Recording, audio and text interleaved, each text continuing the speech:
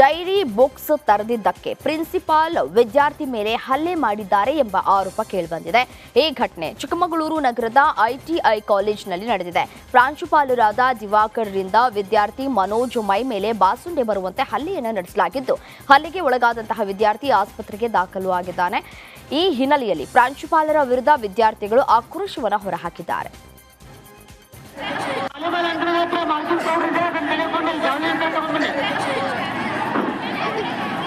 ಬಾಲಕರ ಕಬಡ್ಡಿ ಎಲ್ಲಾ ತಂಡದ ಗಮನಿಸಿ ಬಾಲಕರ ಕಬಡ್ಡಿ ವಿನಾಯಕ ಕಳಸಪ್ಪ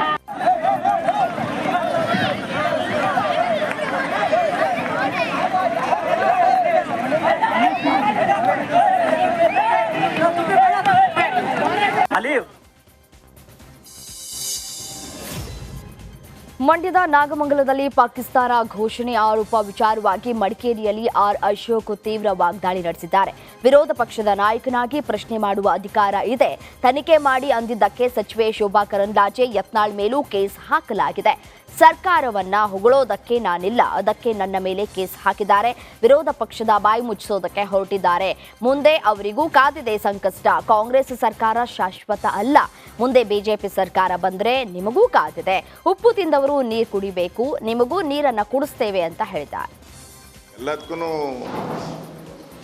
ವಿರೋಧ ಪಕ್ಷನೇ ಕಾರಣ ಅಂತ ಹೇಳಿದ್ರೆ ನಿಮ್ಮ ಕಾನೂನು ಸುವ್ಯವಸ್ಥೆ ಹಂಗಾರೆ ನಿಮ್ಮ ಹತ್ರ ಅಧಿಕಾರಿಗಳು, ಪೊಲೀಸ್ ಅಧಿಕಾರಿಗಳು, IAS ಸರ್ಕಾರ ಏನಕ್ಕಿರ್ಬೇಕಾಗಾರೆ? ಈಗ ಮಂಡ್ಯದಲ್ಲಿ ಗಲಭೆ ಆಯಿತು, ನಾಗಮಂಗಲದಲ್ಲಿ ನಿಮ್ಮ ಫೇಲ್ಯೂರಿಂದ ಆಗಿರೋದು. ಹಿಂದಿನ ವರ್ಷವೂ ಗಲಾಟೆ ಆಗಿದೆ.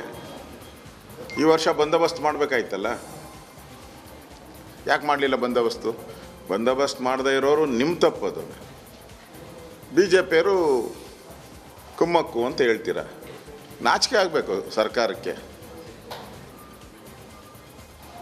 ಸರ್ಕಾರ ಒಂದು ಸರ್ಕಾರ ಇದ್ಕೊಂಡು ಈಗ ನಮ್ಮ ಮೇಲೆಲ್ಲ ಕೇಸ್ ಹಾಕಿದ್ದಾರೆ. ಅದು ಯಾರು ಕುಮ್ಮಕ್ಕು? ಈಗ ನನ್ನ ಮೇಲೆ ಕೇಸ್ ಹಾಕಿದ್ದಾರೆ. ಗಣೇಶ ನಾಗಮಂಗಲಕ್ಕೆ ಹೋಗಿ ಪ್ರತಿಭಟನೆ ಸಂದರ್ಭದಲ್ಲಿ ನನ್ನ ಮೇಲೂ ಕೇಸ್ ಹಾಕಿದ್ದಾರೆ. ಅದು ವಿರೋಧ ಪಕ್ಷದ ಕುಮ್ಮಕ್ಕೇನಾ?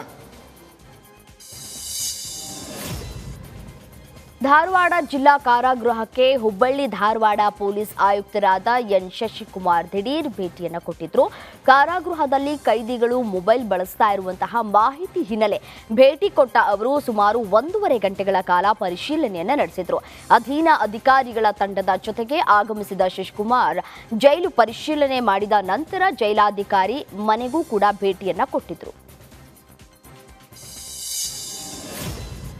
ದಾವಣಗೆರೆಯಲ್ಲಿ ಗಣಪತಿ ವಿಸರ್ಜನಾ ಮೆರವಣಿಗೆ ವೇಳೆ ಕಲ್ಲು ತೂರಾಟ ಸಂಬಂಧ ಸ್ಥಳಕ್ಕೆ ಮಾಜಿ ಸಚಿವ ರೇಣುಕಾಚಾರ್ಯ ಭೇಟಿಯನ್ನ ನೀಡಿ ಪರಿಶೀಲಿಸಿದ್ದಾರೆ. ಸ್ಥಳೀಯರಿಂದ ಮಾಹಿತಿ ಪಡೆದಂತಹ ರೇಣುಕಾಚಾರ್ಯ, ಯಾರು ಹೆದರಬೇಡಿ, ನಿಮ್ಮೊಂದಿಗೆ ನಾವಿದ್ದೇವೆ ಅಂತ ಧೈರ್ಯವನ್ನ ತುಂಬಿದ್ರು. ಸರ್ಕಾರ ಪೊಲೀಸರ ಕೈ ಕಟ್ಟಿ ಹಾಕಿದೆ, ಹಾಗಾಗಿ ಪೊಲೀಸರು ಸುಮ್ಮನಿದ್ದಾರೆ ಅಂತ ಹೇಳಿದ್ರು. ಈ ವೇಳೆ ಪೊಲೀಸರಿಗೆ ಕರೆ ಮಾಡಿ ಅಮಾಯಕರನ್ನ ಬಂಧಿಸದಂತೆ ಆಗ್ರಹಿಸಿದ್ರು. ದೇಶದ್ರೋಹಿಗಳಿದ್ರೆ ಅವ್ರ ರಕ್ಷಣೆ ಕೊಡ್ತಾ ಇದ್ದಾರೆ. ಇದ್ರ ಜೊತೆಗೆ ಒಬ್ಬ ಗೃಹ ಸಚಿವ, ಅಸಮರ್ಥ ಗೃಹ ಸಚಿವ, ಅವರನ್ನು ಸರ್ಕಾರ ವಜಾ ಮಾಡಬೇಕು. ಸಚಿವ ಸಂಪುಟದಿಂದ ತಕ್ಷಣ ರಾಜೀನಾಮೆ ಕೊಡಬೇಕು. ಇಂಥವರ ಹೇಳಿಕೆಗಳು ಸಣ್ಣ ಘಟನೆ ಅಂತ ಹೇಳಿದ್ರು. ನಾಗಮಂಗಲದಲ್ಲಿ ಪ್ಯಾಲೆಸ್ಟೈನ್ ಧ್ವಜಗಳು ಹಾರಿಸಿದ್ರು, ಕ್ರಮ ತಗಲಿಲ್ಲ. ಪಾಕಿಸ್ತಾನ ಜಿಂದಾಬಾದ್ ಅಂದರು, ಅಂಥವ್ರು ಗೌರವಿಸ್ತಾರೆ. ಅದಕ್ಕೋಸ್ಕರ ದಾವಣಗೆರೆಯಲ್ಲಿ ನಿನ್ನೆ ಘಟನೆ ಮರುಕಳಿಸಿದೆ. ಈ ಘಟನೆಗೆ ಕಾಂಗ್ರೆಸ್ ಸರ್ಕಾರ, ಗೃಹ ಸಚಿವ ನೇರ ಹೊಣೆ ಅಂತ ಹೇಳಕ್ಕೆ ಇಷ್ಟಪಡ್ತೀವಿ. ಸರ್ಕಾರ 100ಕ್ಕೆ 100 ವಿಫಲವಾಗಿದೆ. ನಾವು ಹೇಳ್ತಾ ಇದ್ದೀವಿ, ಕಂಡಲ್ಲಿಗೆ ಯಾರು ಭಯೋತ್ಪಾದಕರ ಕಂಡಲ್ಲಿ ಗುಂಡಿಟ್ಟು ಹೊಡಿಬೇಕು ಅಂದ್ರೆ ಗಲ್ಲಿಗೆ ಎಷ್ಟಾಗ ಈ ಭಯೋತ್ಪಾದಕ ಅಟ್ಟಾಸನೆ ಮೆರೆಯಲ್ಲ. ಇವತ್ತು ಅಮಾಯಕರನ್ನ. ದಾವಣಗೆರೆಯಲ್ಲಿ ಗಣೇಶ ವಿಸರ್ಜನೆ ಮೆರವಣಿಗೆ ವೇಳೆ ಕಲ್ಲು ತೂರಾಟ ಪ್ರಕರಣ ಸಂಬಂಧ ನಗರದಲ್ಲಿ ಪೊಲೀಸ್ ಬಿಗಿ ಭದ್ರತೆ ಮುಂದುವರೆದಿದೆ. ಸಾರ್ವಜನಿಕರಲ್ಲಿ ಧೈರ್ಯ ತುಂಬುವ ನಿಟ್ಟಿನಲ್ಲಿ ಹಾಗೂ ಕಾನೂನು ಸುವ್ಯವಸ್ಥೆ ಕಾಪಾಡುವುದಕ್ಕೆ ರೂಟ್ ಮಾರ್ಚ್ ನಡೆಸಲಾಗಿದೆ. ಎಸ್ಪಿ ಉಮಾ ಪ್ರಶಾಂತ್ ನೇತೃತ್ವದಲ್ಲಿ ಹಳೆ ದಾವಣಗೆರೆ ಭಾಗದ ಸೂಕ್ಷ್ಮ ಪ್ರದೇಶದಲ್ಲಿ ರೂಟ್ ಮಾರ್ಚ್ ಮಾಡಲಾಯಿತು. ವೆಂಕಟೇಶ್ವರ ಸರ್ಕಲ್ನಿಂದ ಆರಂಭವಾದಂತಹ ಈ ಒಂದು ರೂಟ್ ಮಾರ್ಚ್ ಅರಳಿಮರ ಸರ್ಕಲ್, ಆಜಾದ್ ನಗರ ಮುಖ್ಯ ರಸ್ತೆ, ಗಾಂಧಿನಗರ ಪೊಲೀಸ್ ಠಾಣೆ ರಸ್ತೆ, ಅಗೆದಿಬ್ಬ ಸರ್ಕಲ್, ದುರ್ಗಾಂಬಿಕಾ ದೇವಸ್ಥಾನ, ಹೊಂಡದ ಸರ್ಕಲ್ ಮಾರ್ಗವಾಗಿ ಸಾಗಿತು.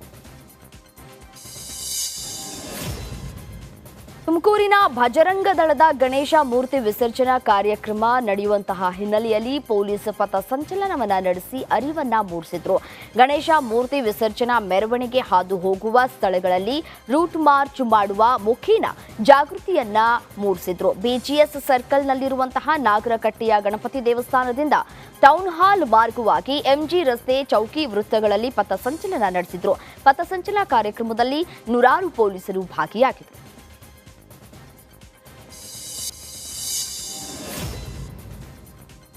ಮೈಸೂರಿನಲ್ಲಿ ಧನಂಜಯ ಹಾಗೂ ಕಂಚನ್ ಆನೆ ನಡುವೆ ಗಲಾಟೆ ನಡೆದಿದೆ. ಊಟ ಮಾಡುವ ವೇಳೆ ಆರಂಭವಾದ ಗಲಾಟೆಯಲ್ಲಿ ಕಂಚನ್ ಆನೆಯನ್ನ ಧನಂಜಯ ಆನೆ ಓಡಿಸಿಕೊಂಡು ಹೋಗಿದೆ.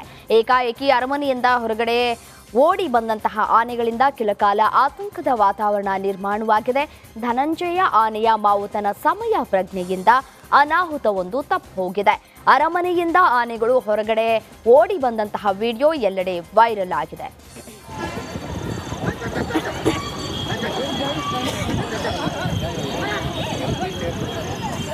Watch out.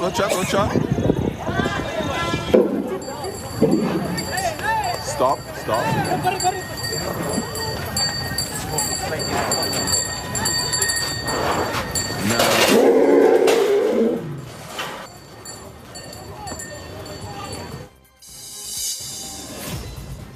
ತಿರುಪತಿ ಲಡ್ಡು ಲಡಾಯಿಗೆ ಬಿಗ್ ಟ್ವಿಸ್ಟ್ ಸಿಕ್ಕಿದೆ. ತಿರುಪತಿ ಪ್ರಸಾದದಲ್ಲಿ ಪ್ರಾಣಿ ಕೊಬ್ಬು ಬಳಕೆ ನಿಜ ಅನ್ನೋದು ಟಿಟಿ ಒಂದು ಕಡೆ ತಪ್ಪನ್ನ ಒಪ್ಕೊಂಡಿದೆ.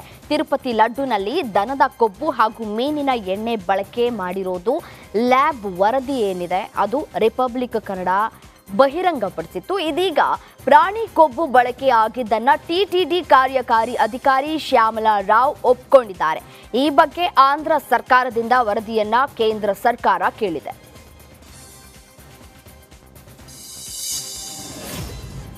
ಮುಡಾ ಹಗರಣಕ್ಕೂ ನನಗೂ ಸಂಬಂಧವೇ ಇಲ್ಲ ಅಂತ ಕೇಂದ್ರ ಸಚಿವ ಕುಮಾರಸ್ವಾಮಿ ಹೇಳಿದ್ದಾರೆ. ಮಂಡ್ಯದಲ್ಲಿ ಮಾತನಾಡಿದ ಎಚ್ಡಿಕೆ, ಮುಡಾ ಸೈಟ್ ಹಂಚಿಕೆಯಲ್ಲಿ ನನ್ನ ಪಾತ್ರ ಏನಿದೆ ಅಂತ ಪ್ರಶ್ನೆ ಮಾಡಿದ್ದಾರೆ. ಯಾವನೋ ಬರೆದುಕೊಟ್ಟಿದ್ದಾರೆ, ತುತ್ತೂರಿ ಓದಿದ್ದಾರೆ ಅಂತ ಕಿಡಿಕಾರಿದ್ದಾರೆ. ನಮಗೆ ಆಗ್ರಹ ಮಾಡ್ತೀರಾ ಸರ್? ಏನಕ್ಕೆ ಅಂದ್ರೆ ಪ್ರಕರಣಕ್ಕೆ ಸಂಬಂಧಪಟ್ಟಂತೆ ನನಗೂ ಅದಕ್ಕೂ ಸಂಬಂಧ ಏನಿದೆ? ಕನ್ನಡ ಓದಕ್ಕೆ ಬರುತ್ತೋ ಇಂಗ್ಲೀಷ್ ಓದಕ್ಕೆ ಬರುತ್ತೋ ಕೇಳಿ ಇವ್ರಿಗೆ ಮುಂಚೆ. ನನ್ನ ಸಚಿವರೆಲ್ಲ ನೀವು ಆ ಪೇಪರ್ನ ಸರಿಯಾಗಿ ಕೂತ್ಕೊಂಡು ನೋಡಕ್ಕೆ ಹೇಳಿ, ಅದರಲ್ಲಿ ಏನಿದೆ ಅಂತ ಹೇಳಿ. ಅವ್ರೇನು ಹುಚ್ಚರ ಅಂತ ಕೇಳ್ತೀನಿ ರಾಜೀನಾಮೆ ಕೇಳೋಕ್ಕೆ. ಅವ್ರು ರಾಜೀನಾಮೆ ಕೇಳಿದ್ರು ಅಂತೇಳಿ ರಾಜೀನಾಮೆ ಕೊಡೋಕ್ಕಾಯ್ತದ? ಏನಕ್ಕೆ ರಾಜೀನಾಮೆ ಕೊಡ್ಬೇಕು? ಏನು ತಪ್ಪು ಮಾಡಿದ್ದೀನಿ ಅಂತ ಓಲಿ ಡಾಕ್ಯುಮೆಂಟ್ ನೋಡಿದ್ದಾರೆ ಅವರು ಸರಿಯಾಗಿ. ಯಾವ ಮುಂದಿನ 8 ವರ್ಷ 3 ತಿಂಗಳು ಕಾಂಗ್ರೆಸ್ ಸರ್ಕಾರ ಸುಭದ್ರವಾಗಿ ಇರಲಿದೆ ಅಂತ ಸಚಿವ ರಾಮಲಿಂಗಾರೆಡ್ಡಿ ಹೇಳಿದ್ದಾರೆ. ಜೆಡಿಎಸ್ ಬಿಜೆಪಿ ಸರ್ಕಾರ ಉರುಳಲಿದೆ ಅಂತಾರೆ. ಆದರೆ ಅವರು ಕನಸು ಕಾಣ್ತಾ ಇದ್ದಾರೆ, ಜನರಿಗೆ ಸುಳ್ಳು ಹೇಳ್ತಾ ಇದ್ದಾರೆ ಅಂತ ಚನ್ನಪಟ್ಟಣದಲ್ಲಿ ಹೇಳಿದ್ದಾರೆ. ಸುಳ್ಳು ಹೇಳೋದರಲ್ಲಿ ನಿಷ್ಠಾವಂತರವರು ಬಿಜೆಪಿಯವರು ಸುಳ್ಳು ಹೇಳಿ ಜನರನ್ನ ದಾರಿ